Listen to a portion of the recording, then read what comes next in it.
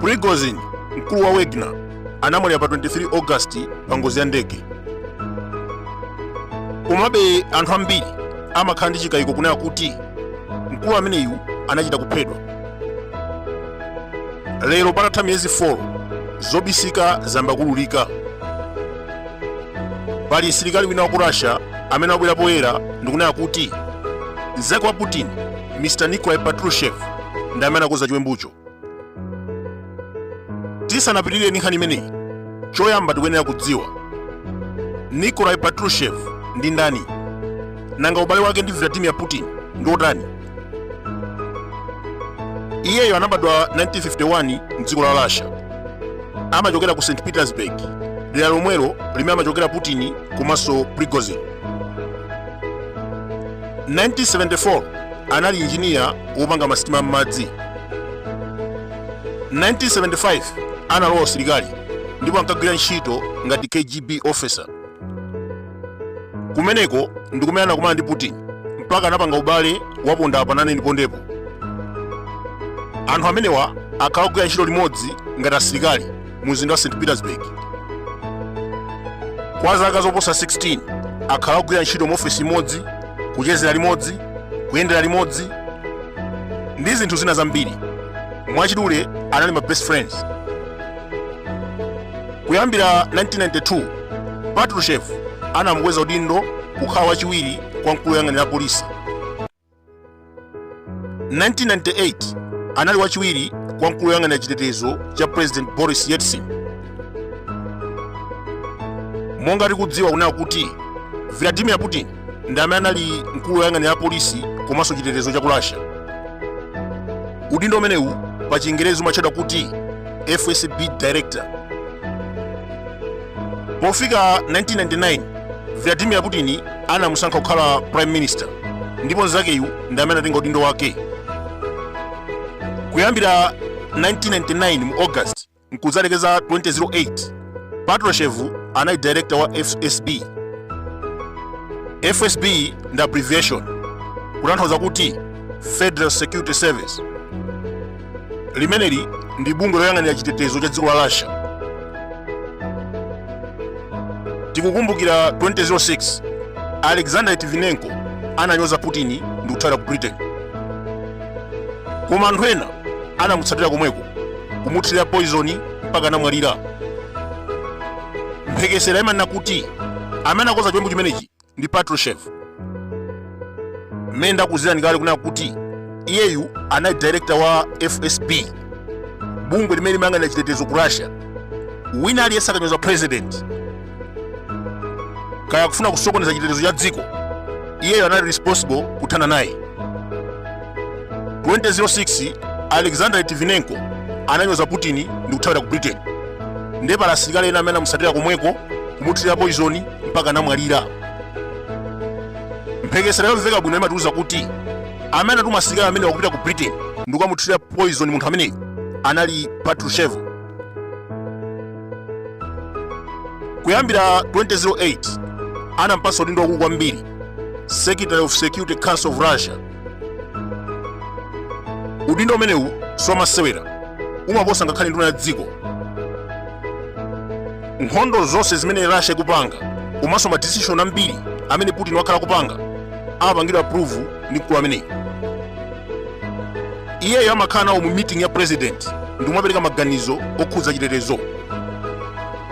Mwachitsanzo 2014 Putin asanalande Crimea anakhazikitsa meeting.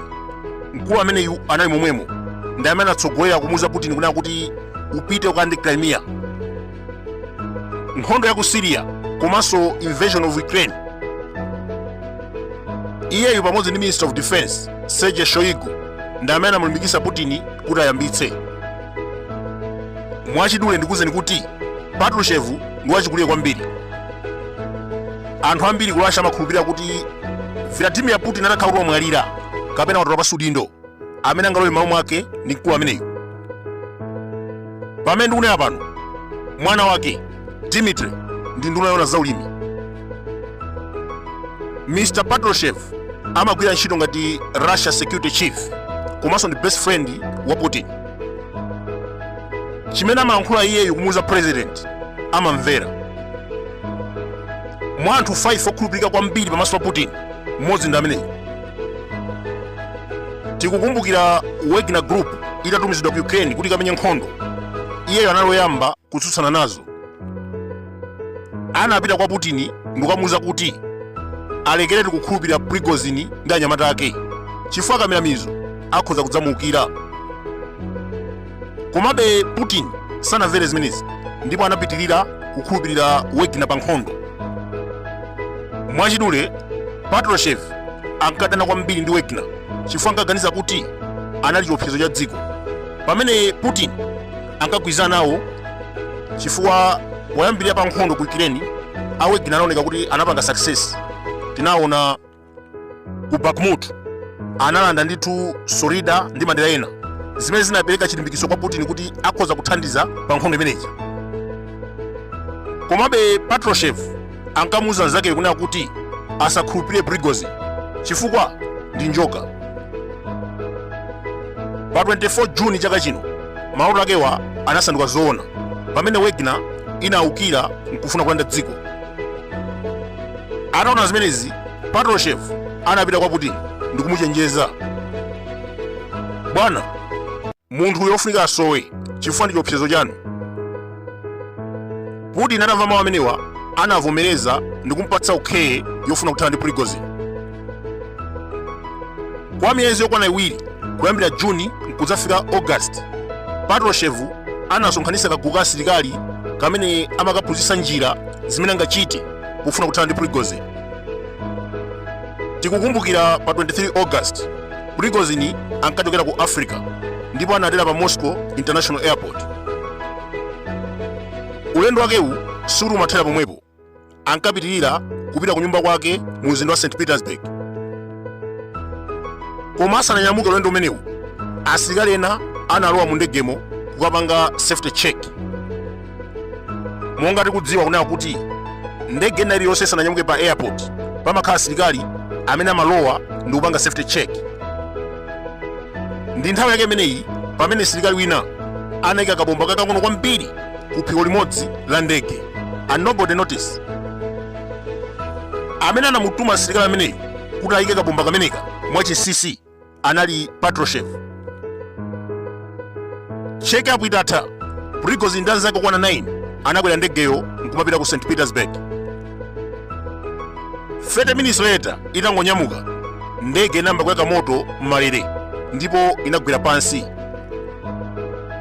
Anthu onse 10 kuphatikiza Prighozin anafera pomwepo. Lero patatha miyezi 4 zaululika kunena kuti nzake wa Putin komanso mmodzi wa anthu amene amayang'anira chitetezo ku Russia, Patrushev, ndi amene anakonza chiwembu chophulitsa ndege ya Prighozin.